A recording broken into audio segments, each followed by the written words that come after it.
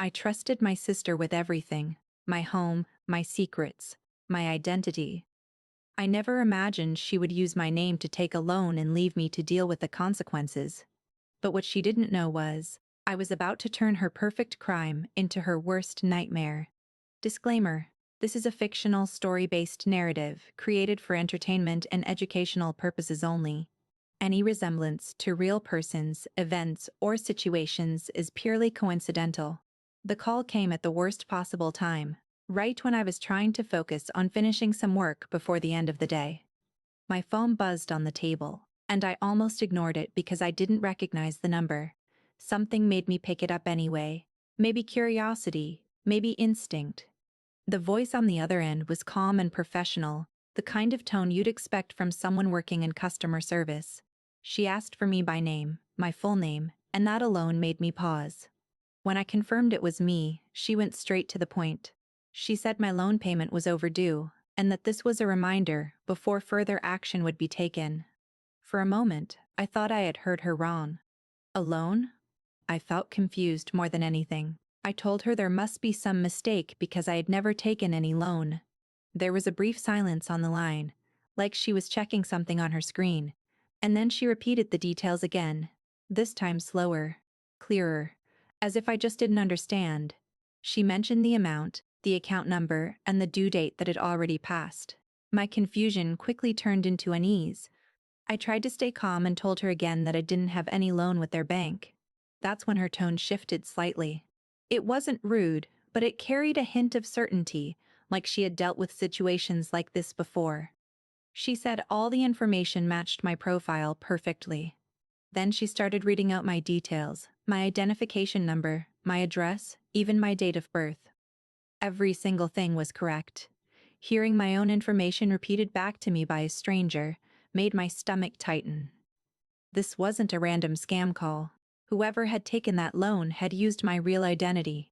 My thoughts started racing, trying to make sense of how this could even happen. I had always been careful with my documents. I didn't share them casually, and I never signed anything without reading it. So how could someone get access to everything they needed? I asked her for more information, trying to keep my voice steady even though I could feel panic building inside me. She explained that the loan had been approved months ago and that several payments had already been missed. Late fees had been added, and the amount had grown larger than the original loan. Each word she spoke made the situation feel heavier, more real, more dangerous. This wasn't something small that I could easily fix. This was serious. I could already imagine the consequences: legal notices, damaged credit, endless stress. I told her I needed time to look into this, and ended the call, but the moment I hung up, the silence in my room felt different. It was no longer calm. It was suffocating. I sat there staring at my phone, replaying the conversation in my head. My name, my ID, my address. Everything pointed back to me, yet I knew I had done nothing. The fear slowly started turning into something sharper, something more focused. If I didn't take this loan, then someone else did. Someone who knew enough about me to use my identity without raising any suspicion. That thought narrowed the possibilities quickly. This wasn't just about stolen information. This had to be someone close. Someone who had access to my personal documents. Someone who knew how to use them. I tried to push that idea away at first because it felt too uncomfortable, too painful to consider. But the more I thought about it, the more it made sense. I got up and went to the drawer where I kept my important papers. My hands felt slightly unsteady as I pulled it open. I started going through everything, checking if anything was missing or out of place. At first glance, everything seemed normal. My ID was there. My copies of documents were still neatly stacked. Nothing looked stolen. But that didn't mean nothing had been used. All it would take was a quick photo, a scanned copy, a moment when I wasn't paying attention. I tried to remember every time I had shared my documents with anyone. There weren't many. I was always careful. But then one memory stood out more clearly than the others, and I felt a cold realization begin to settle in. I remembered lending my ID to my sister not too long ago. She had said she needed it for a job application, something about verification. It didn't seem like a big deal at the time. She was family, and I trusted her without thinking twice. I didn't ask too many questions, and she didn't give too many details. It was a small moment, something I had already forgotten about until now. But suddenly, it didn't feel small anymore. It felt important, like a missing piece of a puzzle I hadn't even known I was trying to solve. I stood there holding my documents, staring at them as if they could somehow confirm what I was starting to suspect. My chest felt tight as the possibility took shape in my mind. I didn't want to believe it. The idea that someone so close to me could do something like this felt almost impossible. But the facts didn't lie. Someone had used my identity, and the list of people who could have done it was very short. I tried to think of another explanation, something that made more sense, something that made more sense, something that didn't involve betrayal. But every path I followed led me back to the same place, back to that one moment when I handed over my ID without a second thought, back to the one person I had trusted completely. After that call, the uneasy feeling didn't go away. It stayed with me, sitting heavy in my chest, making it hard to think clearly.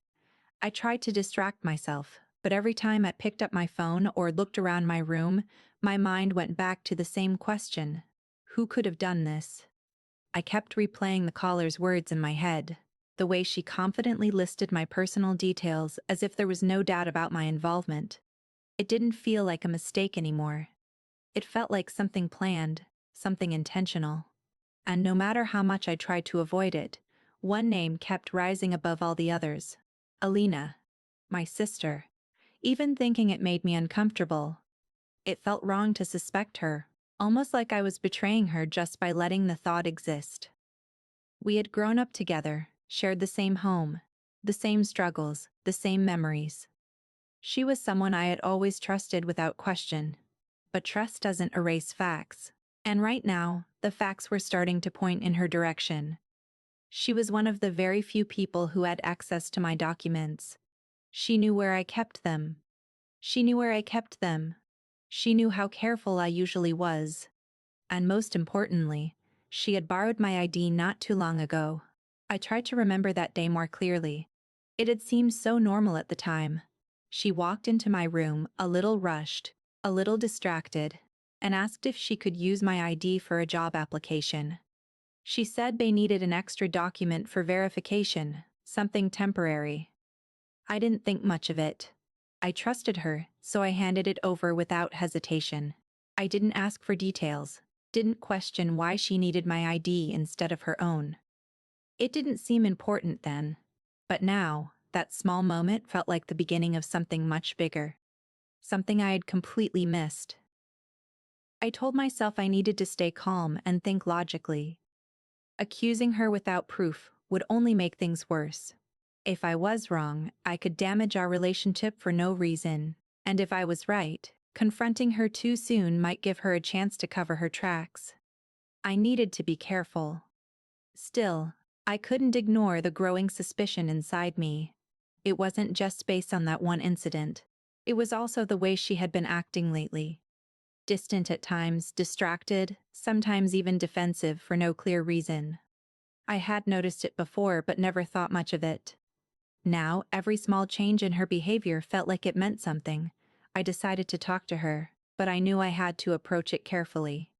I couldn't just accuse her outright. I needed to see how she reacted, to watch her expressions, to listen to her tone.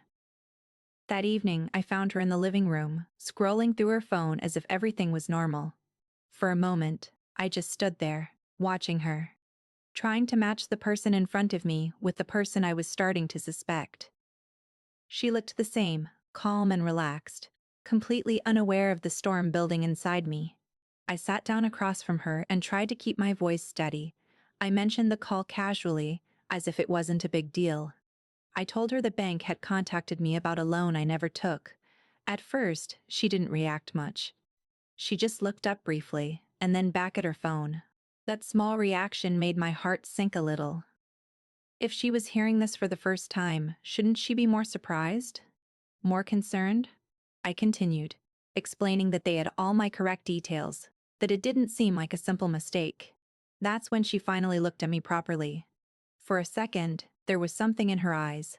Something quick and hard to read, but it disappeared almost instantly, replaced by a light, dismissive expression. She laughed softly and shook her head, as if the whole situation was ridiculous. She told me I was overthinking it, that these things happen all the time, that it was probably just an error in the system. Her voice was calm, almost too calm, and that only made me more uneasy. I watched her closely, trying to catch any sign of discomfort, any hint that she was hiding something. I asked her directly if she had used my ID for anything other than the job application. The question hung in the air for a moment, heavier than I expected. She didn't answer immediately. Instead, she leaned back slightly and gave me a look that felt more defensive than confused. Then she shrugged and said no, of course not. Why would she do something like that? Her answer was simple, but it didn't feel convincing. There was a slight delay, a small hesitation that didn't match her words. It was subtle, but I noticed it.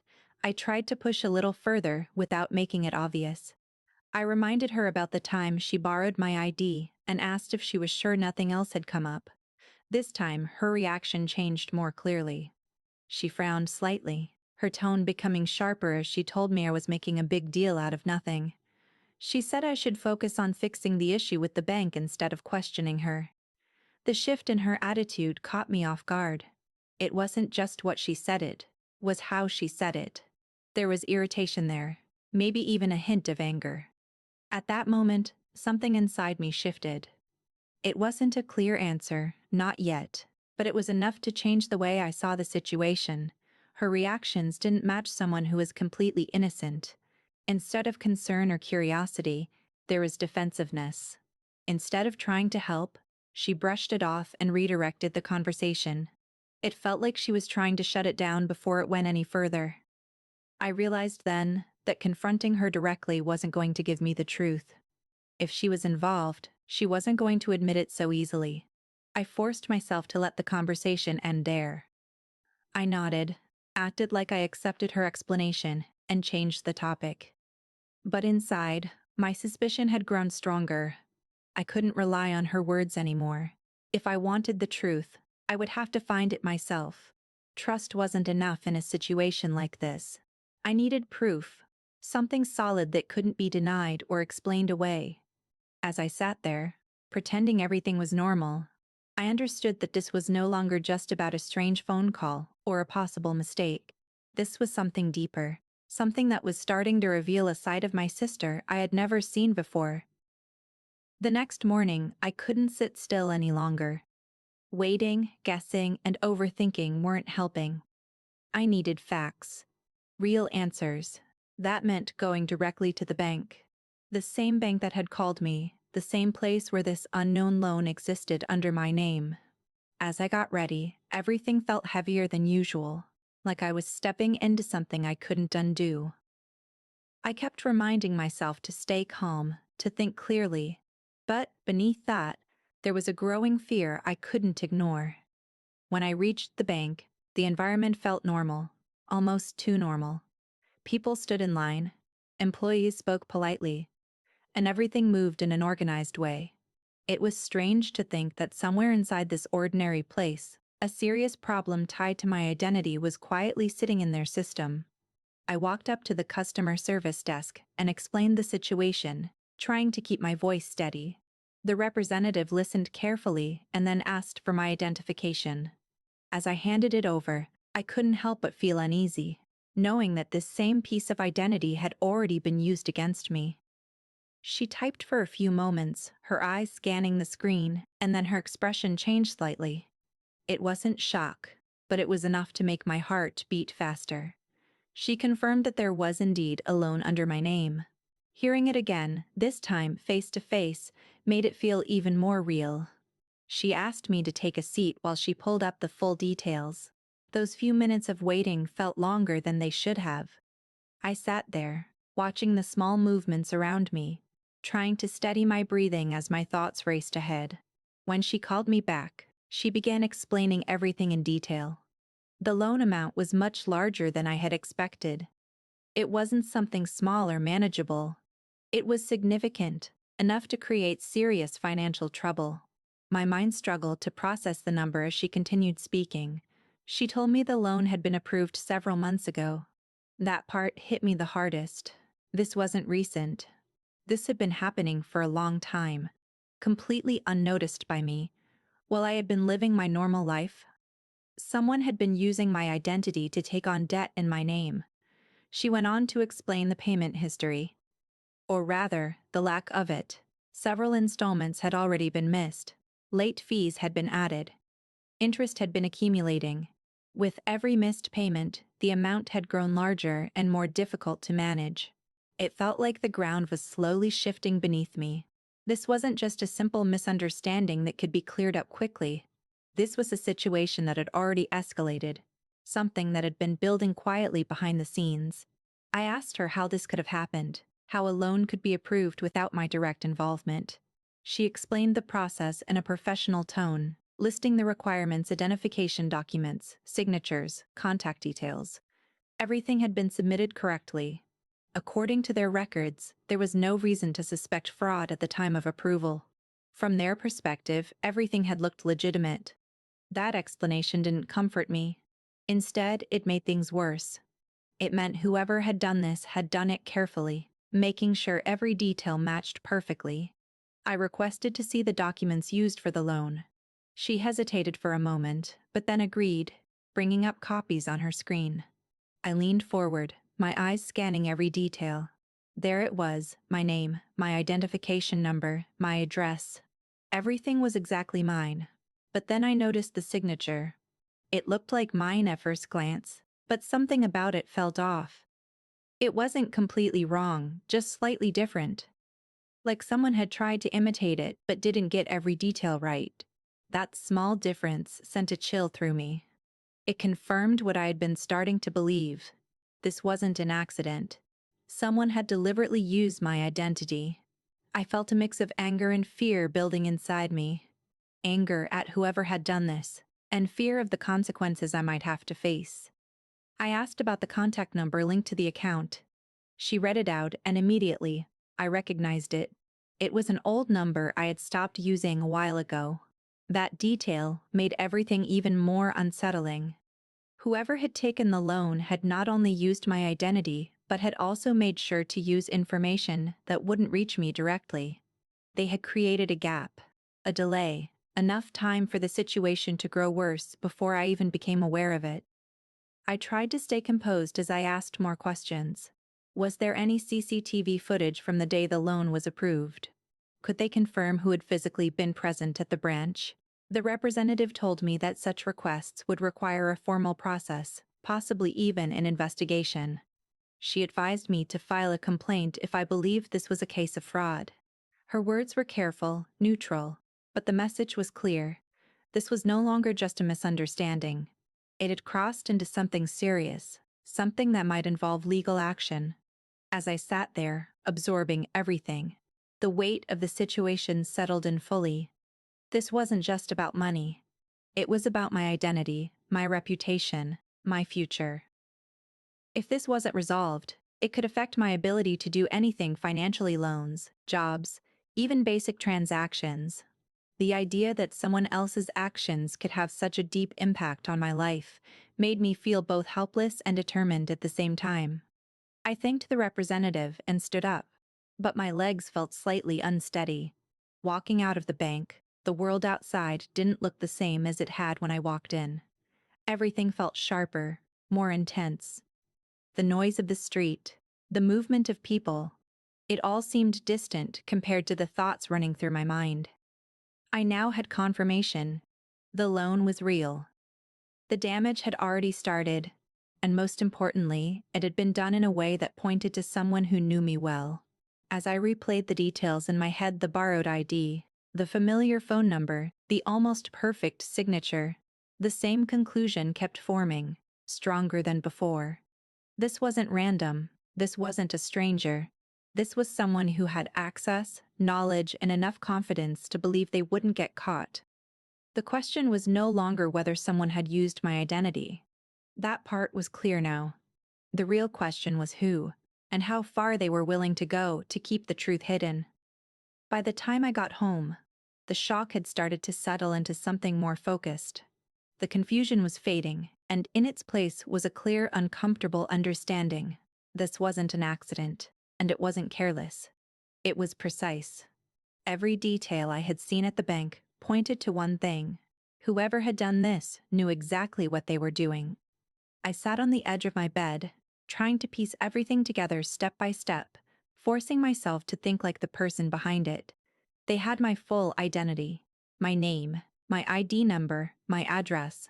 That alone required access, not just a quick glance, but enough time to copy everything carefully. Then there was the phone number. They hadn't used my current number, the one I actively used every day. Instead, they had chosen an old number, one I had stopped using. That meant they knew my history, not just my present. They understood which details would delay any warning from reaching me. It wasn't just about taking the loan. It was about buying time. I thought about the signature again. It had looked close enough to pass, but not perfect. That detail stayed in my mind because it showed effort. Someone had tried to copy the way I signed my name. That wasn't something a stranger could easily do. It required either practice or repeated exposure. Maybe they had seen me sign documents before. Maybe they had access to papers where my signature already existed. Either way, it wasn't random. It was studied. The more I broke it down, the more it felt like I was looking at a plan rather than a mistake. Step by step, everything had been arranged. First, get access to my documents. Then, gather all necessary information. After that, choose a bank branch where I wouldn't be recognized. Submit the application with confidence, making sure everything matched. Use a contact number that wouldn't alert me. And finally, walk away, trusting that the system would accept everything as real. It was clean. Too clean. I tried to imagine the moment the loan was approved. Someone standing at the counter, handing over my identity details, signing in my name, speaking as if they were me. That image made something inside me tighten. It wasn't just about the act itself. It was about the confidence behind it. Whoever did this believed they wouldn't be questioned. They believed they could step into my identity, and no one would stop them. That level of confidence didn't come from guesswork. It came from familiarity. I stood up and started pacing slowly across the room, replaying every piece of information again and again. There were no loose ends, no obvious mistakes, at least not at first glance. Even the missed payments seemed to fit into the plan.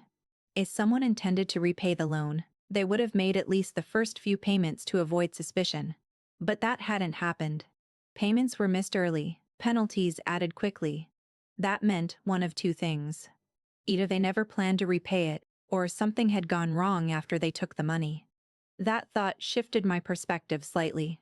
This wasn't just a well-executed plan, it might also be a desperate one. Maybe the person behind it needed money urgently. Maybe they believed they could handle it later, but lost control.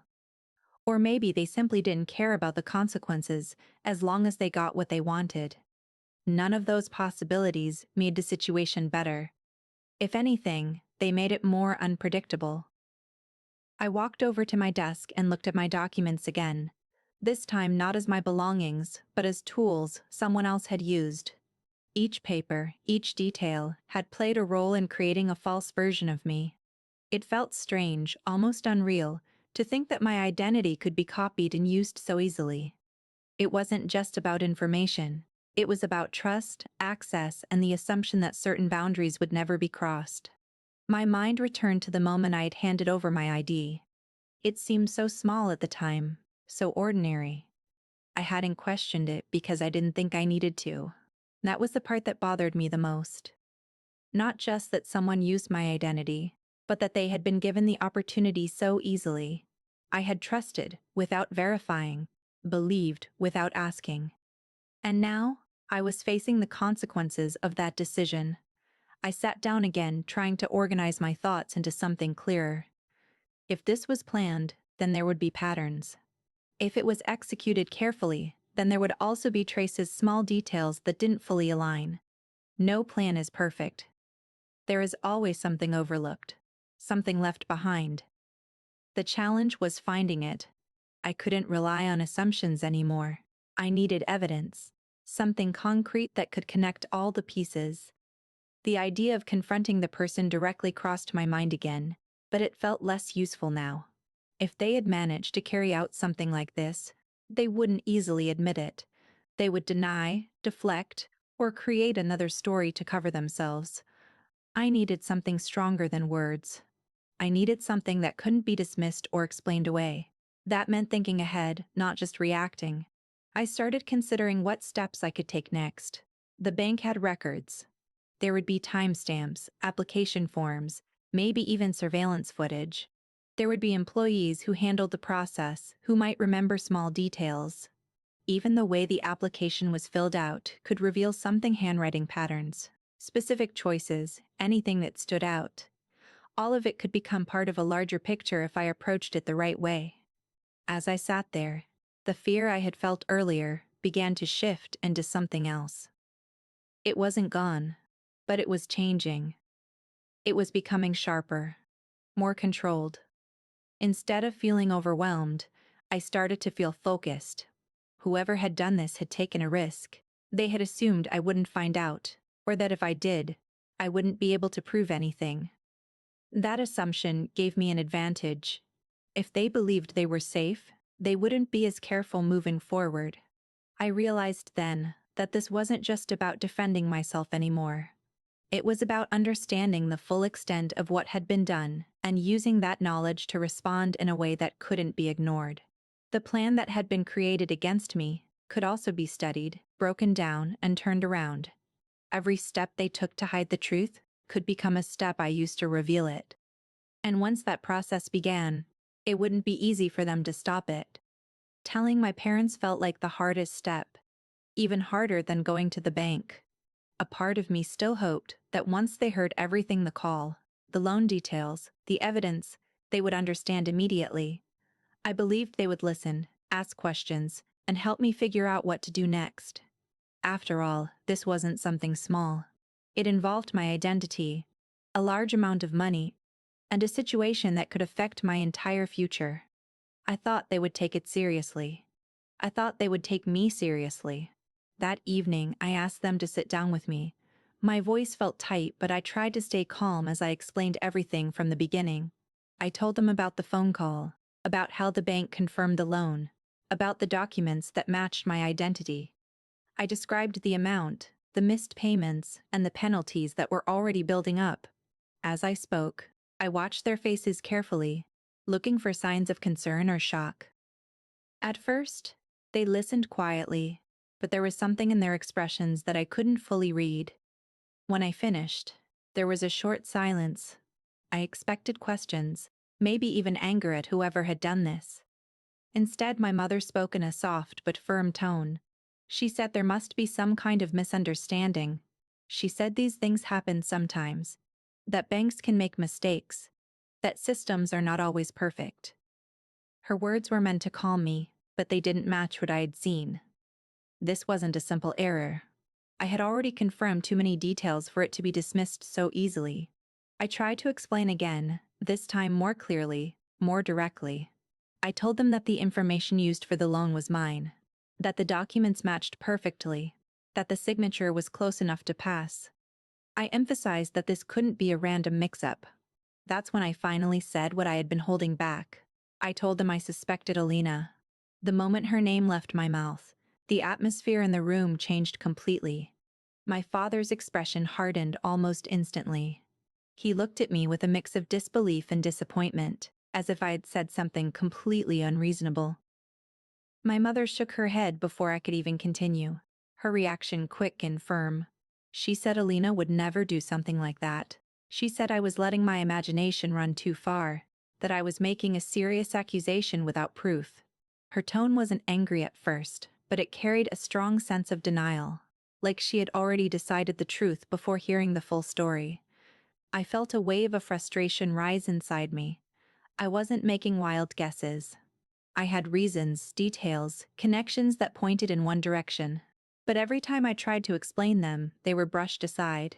My father spoke next, his voice more controlled, but equally dismissive. He said I needed to be careful with my words, that accusing my own sister of fraud was not something to take lightly. He reminded me that we were family, that trust mattered, that I shouldn't jump to conclusions. That word trust felt different now. It didn't comfort me the way it used to. Instead, it felt like something that was being used against me. Something that was stopping them from seeing the situation clearly. I tried to stay calm, but it was becoming harder. I pointed out that Alina had access to my documents, that she had borrowed my ID, that she had the opportunity. I told them about her reaction when I mentioned the loan, how she dismissed it too quickly, how she became defensive when I asked questions. Instead of considering my points, my mother's expression softened in a different way. She looked concerned, but not about the situation I was describing. She looked concerned about me. She suggested that I might be stressed, that I might be overthinking things because of the pressure. She said it was natural to feel overwhelmed when dealing with something like this, but that didn't mean my suspicions were correct. Her words felt like they were turning the focus away from the problem and onto me. Then Alina entered the room. She must have heard enough of the conversation to understand what was happening. She looked between us, her expression confused at first, but it quickly shifted. When she realized I had mentioned her, she reacted immediately. Her eyes widened slightly, and then she let out a small, almost disbelieving laugh. She asked if I was serious, if I really thought she would do something like that. Her tone wasn't aggressive yet, but it carried a sharp edge. I explained everything again, this time with her standing right there. I tried to stay factual, to focus on the details instead of emotions. But as I spoke, I could see her reaction changing. The confusion faded, replaced by something more controlled. When I finished, she shook her head and said I was completely wrong. She said she had only used my ID for the job application and nothing else. She spoke confidently, without hesitation, as if the answer was obvious. Then she did something I didn't expect. She stepped closer and looked directly at our parents, her expression shifting into something more emotional. Her eyes filled with tears and her voice softened, as she said she couldn't believe I would accuse her of something so serious. She said she had always supported me, always stood by me, and this was how I repaid her. The change was sudden, but effective. The room's attention shifted toward her hurt, her reaction. My parents responded immediately. My mother moved closer to her, placing a hand on her shoulder, offering comfort. My father looked at me again, this time with clear disappointment. The situation had turned completely. Instead of focusing on the loan, the evidence, the problem, everything had shifted to the accusation itself. I wasn't the one seeking answers anymore. I had become the one causing harm. I tried to speak again, to bring the conversation back to the facts, but it felt like my words were losing their weight. Every point I made was met with doubt or dismissed as assumption. Alina continued to deny everything, her tone steady, her expressions controlled. She didn't overreact, didn't get defensive in an obvious way. Instead, she positioned herself as the one being unfairly accused, the one who was hurt by my suspicion. As the conversation continued, I felt the ground slipping beneath me. I had come into this hoping for support, for clarity, for a way forward. Instead, I was being questioned, doubted, even blamed. The more I tried to explain, the more it felt like I was pushing against something solid, something that wouldn't move no matter how much evidence I presented. It wasn't just about proving what had happened anymore. It was about being heard, being believed, and right now, I wasn't getting either. Eventually, the conversation ended without any real resolution. My parents made it clear that they didn't believe Alina was capable of doing this. They advised me to focus on resolving the issue with the bank instead of making accusations within the family. Alina walked away quietly, her expression still carrying that mix of hurt and disbelief. And I was left standing there, holding on to the same truth I had walked in with, but now carrying something heavier. The realization that I was completely on my own in this situation. Once it became clear that no one was going to believe me without proof, something inside me shifted. I stopped expecting support and started thinking in terms of strategy. If I wanted the truth to come out, I needed evidence that couldn't be ignored or dismissed. Not assumptions, not suspicions. Something concrete. That meant I had to approach this like a case, not a family issue. Emotional arguments weren't going to work. Facts would. I began by organizing everything I already knew. I wrote down the timeline of events as clearly as I could. The day I received the call, the visit to the bank, the details they shared, and the moment I remembered giving my ID to Alina. Seeing it all laid out in front of me helped me understand the gaps, the parts I still needed to prove. It also made one thing very clear. This situation had been building for months, and if I didn't act quickly, it could get worse. The first step was to gather financial evidence. I went back to the bank and requested official statements related to the loan. This time, I was more prepared. I asked specific questions and made sure I understood every detail they provided. I requested copies of the loan agreement, payment history, and any documents that had been submitted during the application process. It wasn't easy. Some of the information required formal requests, and I had to explain that I believed this was a case of identity fraud. The word fraud changed the tone of the conversation immediately. They became more cautious, more procedural, but also more attentive. When I finally got access to the documents, I examined them carefully. Every page, every detail.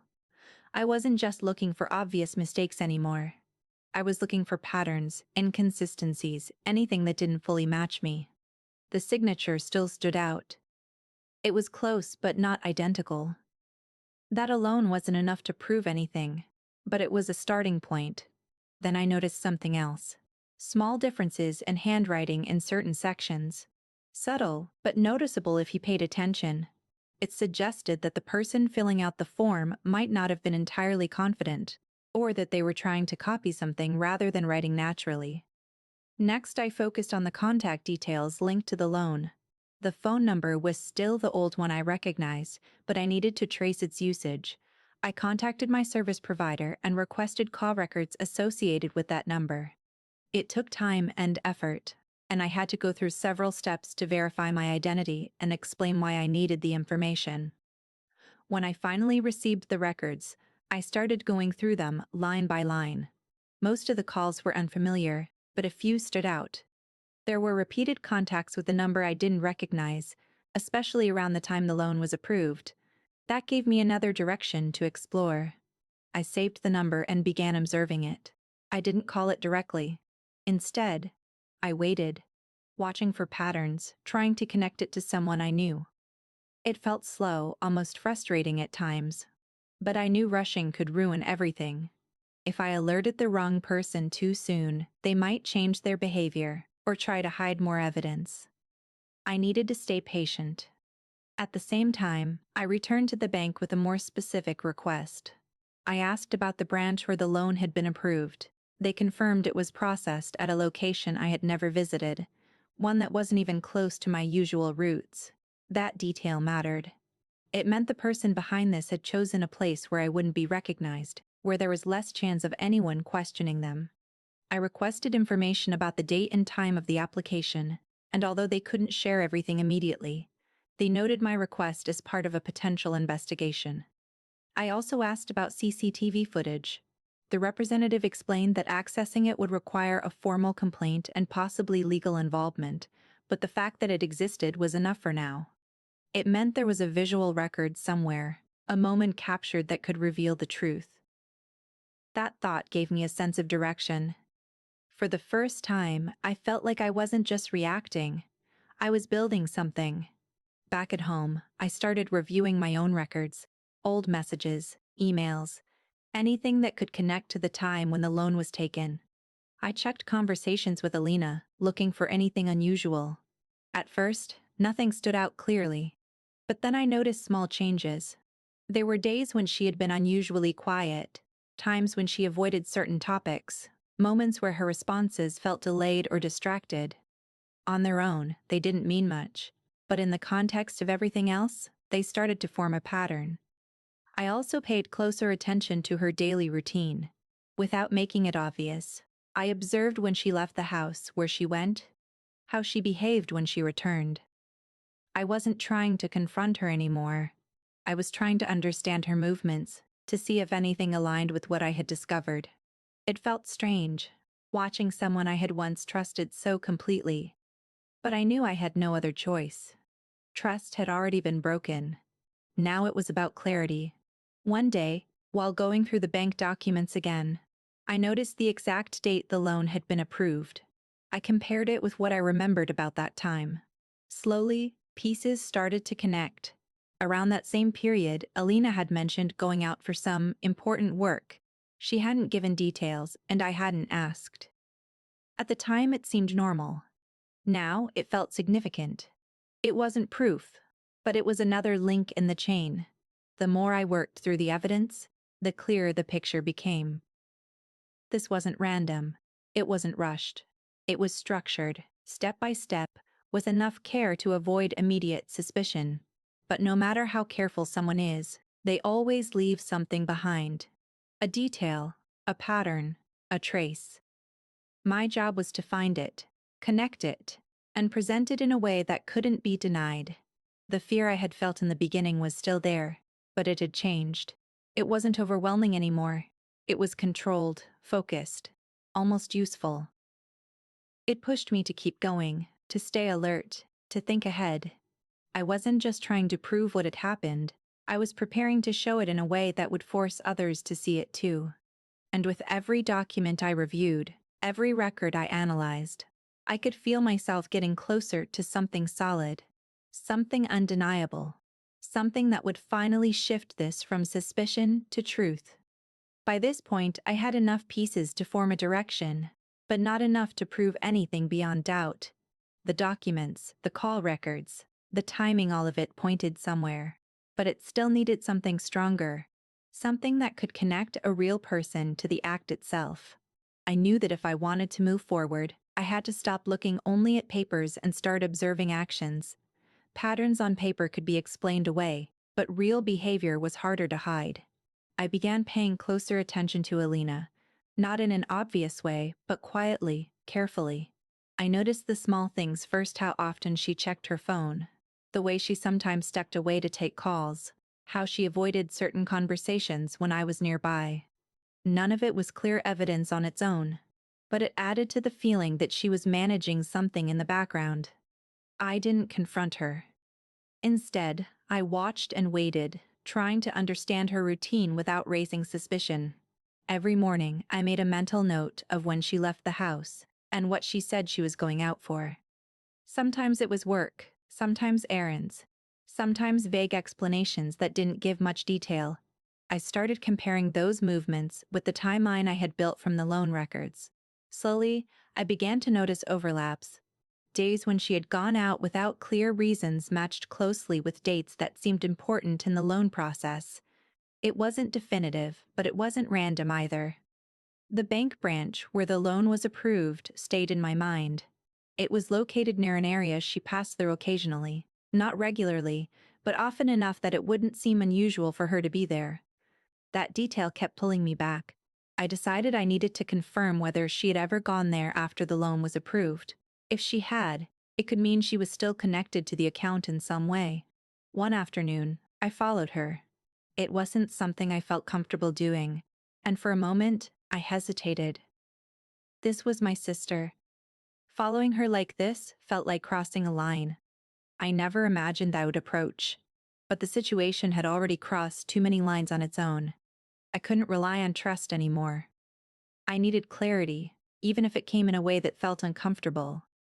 I kept my distance as she walked, making sure not to draw attention. She moved casually, like she had done this route many times before. There was no sign of hesitation, no indication that she was worried about being watched. That alone told me something. If she was involved, she believed she was safe. She believed no one was questioning her actions. That confidence made her less cautious, and that worked in my favor.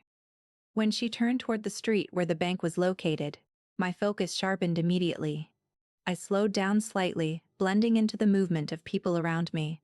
My heart was beating faster now, not out of fear, but anticipation. This could be nothing, or it could be everything. She walked straight past a few shops without stopping and then, without hesitation, entered the same bank branch I had visited. The moment she stepped inside, something inside me settled into a clear understanding. This wasn't coincidence anymore. This was connection. I didn't follow her in right away. Instead, I stayed outside for a moment, letting the reality of what I had just seen sink in. My mind started organizing everything quickly. The documents, the call records, the timeline, and now this. Each piece was starting to align. But I knew that seeing her enter the bank wasn't enough on its own. I needed to capture it, to turn this moment into something I could use. I took out my phone and recorded a short video from outside, focusing on the entrance. I made sure to capture her clearly as she walked in, noting the time and the location. It wasn't perfect evidence, but it was something real, something visual. It placed her at the exact branch connected to the loan. It showed a link that couldn't be easily dismissed as coincidence, especially when combined with everything else. After a few minutes, I walked inside as well, keeping my distance. I didn't approach her. Instead, I positioned myself where I could observe without being seen. She was at one of the service desks, speaking to a representative. I couldn't hear the conversation, but her posture was relaxed, familiar. She wasn't acting like someone visiting for the first time. She looked comfortable, like she knew exactly why she was there. I stayed only long enough to confirm what I needed. Pushing further in that moment could have exposed me, and I wasn't ready to risk that. I had seen enough. I had recorded enough. The rest would come later, through official channels where it would carry more weight. When I left the bank, my thoughts were clearer than they had been since the beginning of the situation. The uncertainty that had been following me was finally starting to fade. This wasn't just suspicion anymore. This was a pattern supported by actions. It still wasn't complete proof, but it was strong enough to move forward with confidence. On the way home, I replayed the video I had recorded, watching it carefully. Every detail mattered. The way she entered, the time, the location.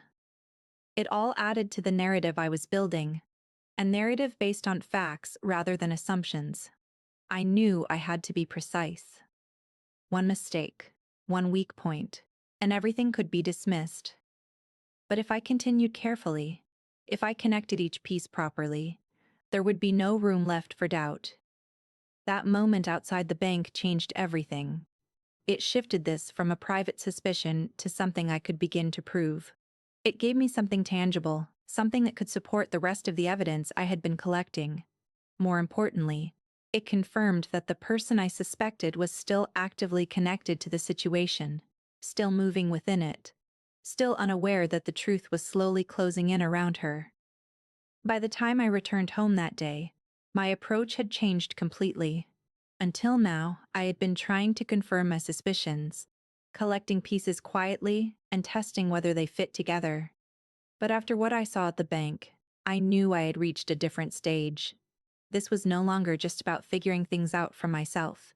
It was about building a case that could stand on its own, one that didn't rely on my words or my assumptions.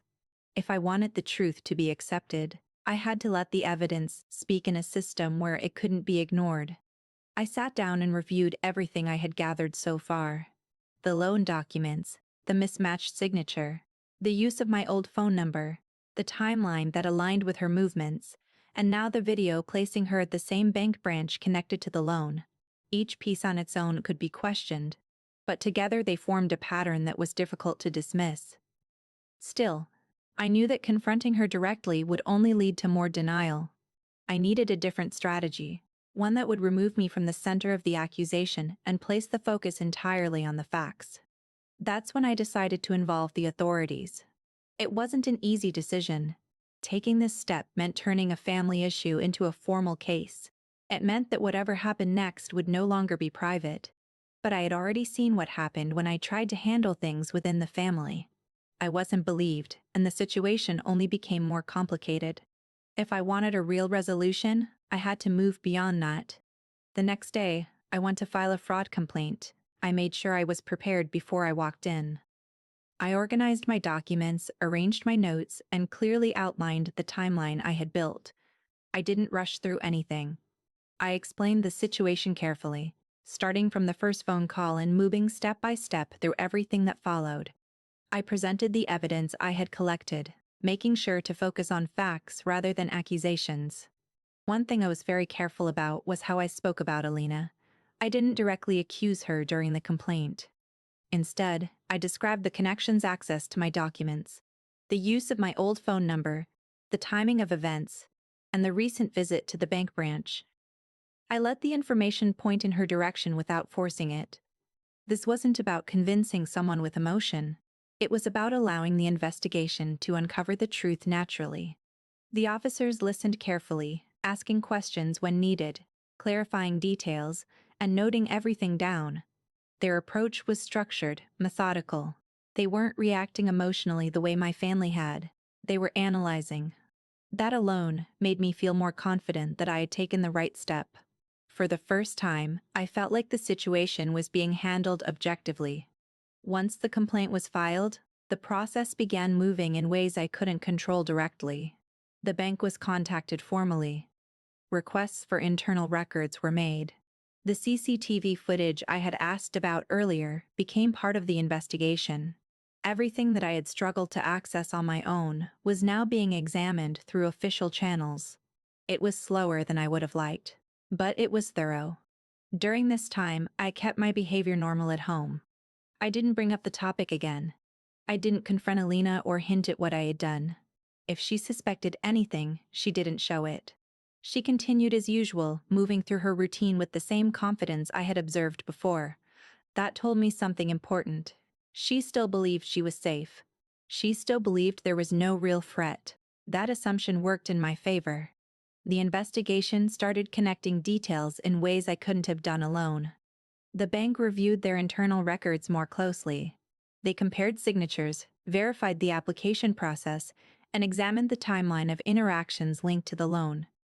The CCTV footage was analyzed, focusing on the specific date and time when the loan was approved. Piece by piece, the system began doing what it was designed to do: identify inconsistencies, track actions, and establish facts. I was called in a few times to clarify certain details. Each time, I stayed consistent with what I had already provided.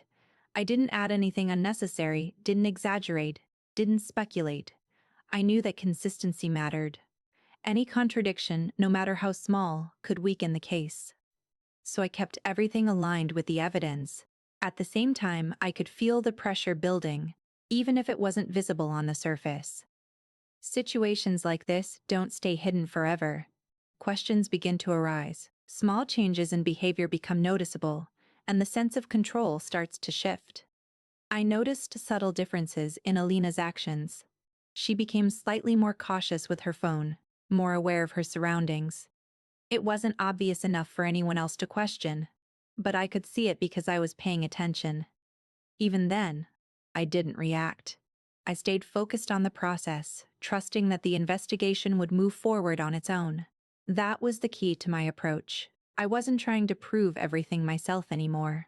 I had already done my part by gathering initial evidence and presenting it properly.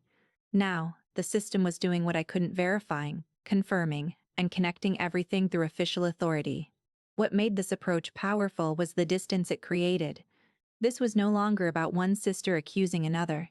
It was about documented actions being reviewed by people with no personal bias. That shift removed the emotional layer that had complicated everything before. It turned the situation into something factual, something that could be judged based on evidence rather than relationships. As the days passed, I knew that the truth was moving closer to the surface. Every record reviewed, every detail analyzed, every piece of footage examined was bringing the case closer to a clear conclusion. And when that conclusion came, it wouldn't be based on what I believed or what anyone felt. It would be based on what could be proven, step by step, detail by detail, until there was no space left for denial. The investigation didn't move fast, but it moved in a way that felt irreversible. Once the authorities took control of the case, I stopped chasing answers myself. Instead, I waited for updates, knowing that every hour passing meant another piece of the puzzle was being checked, verified, or confirmed. The uncertainty that had controlled my life for weeks was slowly turning into something more structured, something grounded in procedure rather than suspicion. I was called in again after a few days. This time the tone was different. The officer didn't ask me to explain everything from the beginning. He already knew the outline. Instead, he focused on specific details from the loan application, the timeline I had provided, and the evidence I had submitted earlier. That alone told me the case was being taken seriously. When investigators start narrowing their questions instead of broadening them, it usually means they are close to something concrete. They showed me what they had found so far, carefully and step by step. The bank's internal review had uncovered inconsistencies in the application process. The signature, which had once looked close enough to pass, was now being compared side by side with verified samples. The differences were no longer subtle. Under proper analysis, they stood out clearly. The handwriting alignment, pressure, and small structural differences all suggested imitation rather than genuine signing. Then came the CCTV footage. I was shown a segment from the day the loan was approved. It wasn't edited in a dramatic way. It was just a normal security recording, slightly grainy, with timestamps visible in the corner. But when I saw Alina on that screen, sitting at the bank counter, speaking to the staff, something inside me went still. There was no confusion in her posture, no hesitation in her behavior. She looked calm, confident, fully aware of what she was doing. Watching it made everything feel real in a way that documents never fully captured. The officers didn't jump to conclusions immediately. They continued reviewing other supporting details. The phone records connected to the loan application were traced more deeply. The number that had been used was confirmed as one previously associated with my identity but reactivated during the loan period. That matched what I already suspected. Whoever had done this knew my history well enough to choose information that wouldn't immediately alert me. They also reviewed the timing of access to my personal documents. The records aligned with the period when I had handed my ID to Alina. That moment, which had once felt insignificant, now stood out as the key point of entry. It wasn't just access, it was opportunity. And opportunity, in this case, had been used carefully. As the findings came together, the tone of the investigation shifted. It was no longer about whether fraud had occurred. It was about who had committed it. And slowly, the direction of that answer became harder to avoid.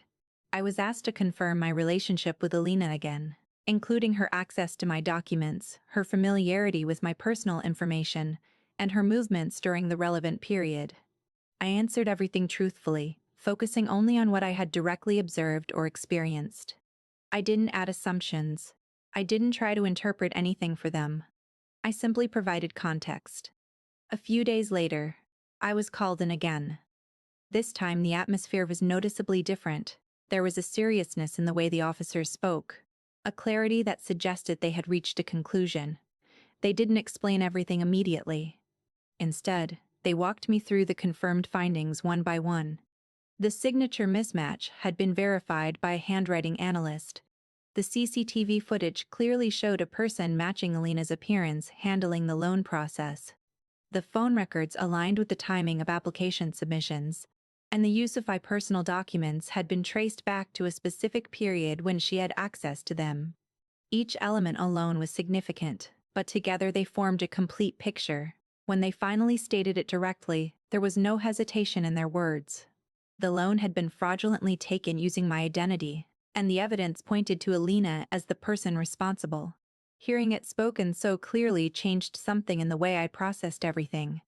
It was no longer theory, no longer suspicion, no longer interpretation. It was confirmation delivered through an official channel, supported by documentation, verification, and analysis. The truth that I had been carrying alone for so long was now recorded as fact. After the meeting, I stepped outside and sat for a while, trying to absorb what had just been established. The weight of it didn't come all at once. It came in layers. First, the relief that I had been right about the situation. Then the realization of what that meant for my family. And then the quiet understanding that things would not return to how they were before. I thought about how easily it had all started. One borrowed ID, one small request, one moment of trust that I had never questioned at the time. And from that single moment, everything had unfolded into something far larger than I ever expected. It wasn't just about money anymore. It was about trust, deception, and the point at which those two things collided in a way that couldn't be undone. When I eventually returned home, nothing looked different on the surface, but everything felt different underneath. The truth had already been established outside that space, even if it hadn't fully reached it yet. And as I stepped inside, I knew that what came next would not be about discovery anymore, but about consequences finally catching up with what had already been proven. The moment I received the final confirmation from the authorities, something inside me went strangely quiet. It wasn't relief in the way I had imagined it would be. It was more like exhaustion that had been delayed for too long, finally catching up.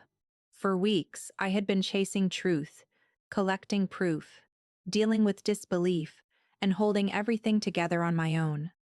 Now that the truth was officially established, there was nothing left to chase. The legal process moved forward quickly after that. Once the investigation confirmed fraud, the case shifted into enforcement. I wasn't involved in every step, but I was kept informed about the key developments. The loan was officially marked as fraudulent, and the responsibility was removed from my name. That alone felt like a heavy burden lifting, even though the emotional weight was still there in ways I couldn't easily describe. Alina was called in for questioning. I wasn't present when it happened, but I knew it had taken place. There was no dramatic confrontation, no chaotic scene like I had once imagined in my mind. It was structured, formal, and controlled. The evidence had already spoken before she did. CCTV footage, documents, and verified records had already built the foundation of the case. Her responses, whatever they were no longer enough to change the direction of what had already been proven. When I finally saw her again at home, the atmosphere between us had completely changed. There was no confidence in the way she walked or spoke anymore. The same person who had once dismissed my concerns now avoided direct eye contact. The energy she carried before was gone, replaced by something quieter, heavier. Our parents had already been informed of the official findings, and the reaction in the house was different from before. There was no debate this time, no dismissal, no attempt to soften the truth. My mother didn't speak much to either of us at first. My father remained distant, processing everything in his own way. The same family that had once questioned me was now faced with a reality they could not deny. It didn't feel like victory. It felt like silence settling over something that had been broken beyond repair. The financial aspect of the situation was handled through legal channels. The fraudulent loan was removed from my record, and the responsibility was formally cleared. I didn't have to pay anything for something I never took, which should have been a moment of relief. But instead of celebrating that fact, I found myself thinking more about everything that had led to it.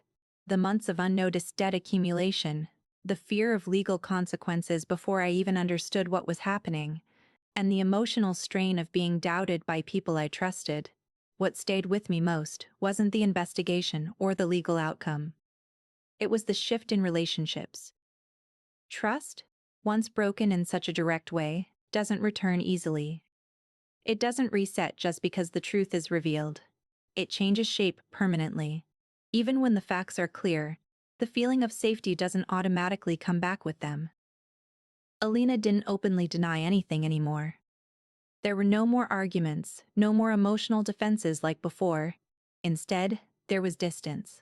Conversations became minimal, almost functional.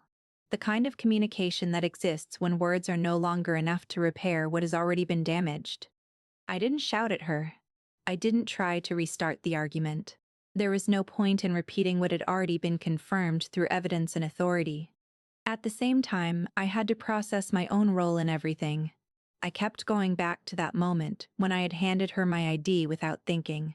That single decision had been the entry point for everything that followed. It wasn't about blaming myself entirely, but about understanding how easily trust can be used in ways we don't anticipate. That realization stayed with me more than anything else. Life slowly began to settle again, but it wasn't the same life I had before. It couldn't be. Some things change permanently, even after the situation is resolved. I started being more careful with documents, more aware of access, more mindful of what I share and with whom. It wasn't paranoia. It was awareness built from experience. There were moments when I thought about what justice really meant in this situation. On paper, it was clear. The fraud was proven, the loan was removed, and responsibility was assigned. But emotionally, justice felt more complicated. It didn't bring back trust. It didn't erase the past. It didn't restore the version of my relationship with my sister that existed before everything happened. What remained was acceptance. Acceptance that the truth had come out, but also that not everything returns to how it was before the truth is revealed. Some outcomes are final, not because they end loudly, but because they settle quietly into reality. In the end, I didn't walk away with celebration or satisfaction. I walked away with understanding. Understanding of how identity can be misused, how trust can be broken quietly, and how truth, even when it arrives fully proven, doesn't always heal what was damaged along the way. In the end, the truth didn't arrive with noise or victory. It arrived with proof. My name was cleared, the fraud was exposed, and the case was closed in my favor. But nothing about it felt like a celebration. Some situations don't end with closure in the emotional sense, they end with understanding. I learned how quickly trust can be used against you, how easily identity can be misused when boundaries are crossed once, and how important it is to question even what feels familiar. The system corrected the record, but it couldn't restore what was lost between us as people. And as life moved forward, one thing stayed with me clearly. Justice can fix the paperwork, but it doesn't always fix the damage underneath it.